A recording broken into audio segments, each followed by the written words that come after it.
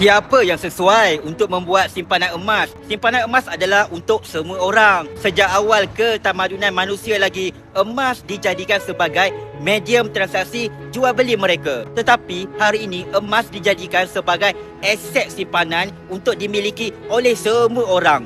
Pelajar universiti boleh, penjawat awam boleh, pekerja swasta boleh, peniaga suri rumah, orang yang dah pencen, orang yang dah bersara. Tak kisah kita bekerja sebagai apa pun, tak kisah latar belakang pendidikan kita apa pun, yang penting kita ada target, kita ada matlamat untuk memiliki simpanan emas bagi mencapai segala impian hidup kita. Di akaun simpanan emas Physical Gap, kita tak perlukan modal yang besar untuk mula menabur emas. Kerana dengan bajet minimum RM100 dan ke atas, kita dah boleh mula mengumpul aset kekayaan dalam bentuk emas. Kalau kita tunggu kaya, tak tahu bila kita jadi kaya. Jangan tunggu kita jadi jutawan baru nak mulakan simpanan emas. Tetapi menaburlah emas secara berdikit-dikit di akaun simpanan emas Physical Gap sehingga nilai simpanan emas kita menjadi jutaan.